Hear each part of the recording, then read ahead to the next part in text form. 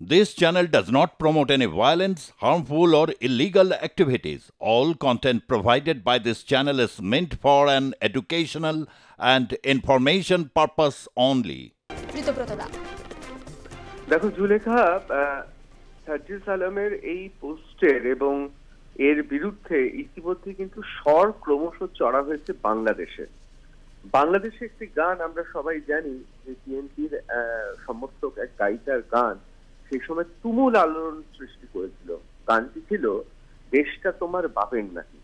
আজকে সার্জিস আলমকেও শুনতে হচ্ছে বিভিন্ন সামাজিক মাধ্যমে দেশটা তোমার বাপের নাকি। সুতরাং বাংলাদেশ থেকেই কিন্তু কোথাও যেন একটা প্রতিবাদের স্বর ক্রমশ স্পষ্ট থেকে স্পষ্ট হচ্ছে। আসলে অনেকেই বৈষম্য বিরোধী আন্দোলনের মধ্য দিয়ে বাংলাদেশে যে অনেকে মনে করেছিলেন যে স্বৈরতন্ত্রের পতন হলো এবং একটি মুক্ত পরিবেশ সৃষ্টি হবে, ক্রমশ সেই পরিবেশ মার খাচ্ছে। এটা বাংলাদেশের মধ্যে ক্ষোভ সঞ্চারিত হচ্ছে। সেনা প্রধান থেকে শুরু করে সরকারের যারা বিভিন্ন উচ্চপদস্থ কর্মচারী তারা অনুভব করতে শুরু করেছে। এবং সার্জিস আলমের এই পোস্টের পেছনে অন্তরালে এটি কিন্তু কোনো একটা নির্দিষ্ট পরিকল্পনা মাফিক হচ্ছে বলে অনেকে মনে করছেন। তার কারণ এখনো পর্যন্ত বৈষম্য বিরোধী ছাত্র দল তারা এখনো পর্যন্ত তাদের রাজনৈতিক দল পূর্ণাঙ্গভাবে প্রকাশ পায়নি।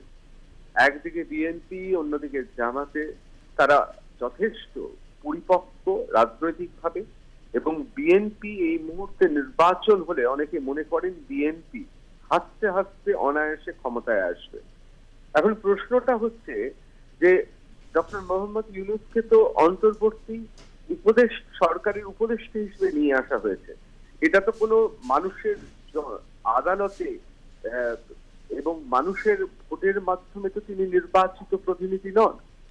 সুতরাং এই নির্বাচিত প্রতিনিধি নন বলে শুধুমাত্র চাপিয়ে দেওয়া বা উপদেষ্টা হিসেবে তিনি রয়েছেন এবং তার কীর্তিকলাপ যে সে দেশের বাংলাদেশের মানুষ খুব একটা ভালো মতো নিচ্ছেন তা নয়।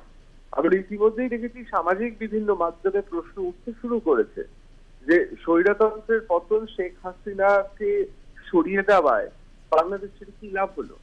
এখন এই মুহূর্তে সার্জিস আলমরা জানেন যে এই মুহূর্তে নির্বাচন হলে বৈষম্য বিরোধী ছাত্র আন্দোলনের যারা মুখ হয়ে উঠেছেন, যাদের নিয়ে ইদানিংকালে প্রশ্ন উঠেছে, তারা জনপ্রিয়তার নিরিখে বিএনপি বা অন্য রাজনৈতিক দলের সঙ্গে টক্কর দিতে পারবেন না। তাদের হাতে দরকার রয়েছে সময়। এই সময় হচ্ছে তাদের দরকার সেই রাজনৈতিক দল হিসেবে আত্মপ্রকাশ করে জনজাগরণের মধ্য দিয়ে নিয়ে আসা। তার কারণ আমরা জানি অগস্ট মাসের পরপর যে আবেগ ছিল তাদের পেছনে, মানুষের যে আশা ভরসা ছিল, প্রত্যাশা ছিল, আজ কিন্তু সেই আশা ভরসা প্রত্যাশা ক্রমশ বাংলাদেশের মানুষের তাদের প্রতি ক্রমশ কমছে এবং জনগণের থেকে দূরে সরে যাচ্ছে। সুতরাং এইরকম সময় দাঁড়িয়ে ডক্টর মোহাম্মদ ইউনূস পারেন একমাত্র তাদের বাঁচাতে বা ত্রাতার ভূমিকায় অবতীর্ণ হতে।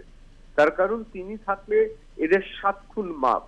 এরা যখন যা খুশি বলবে, প্রতিবেশী দেশ, এমনকি সেখানে যারা সনাতন ধর্মাবলম্বী সংখ্যালঘু যারা রয়েছেন তাদের প্রতিও বিদ্বেষমূলক তাদের বিভিন্ন মন্তব্য, এসব করা যাবে।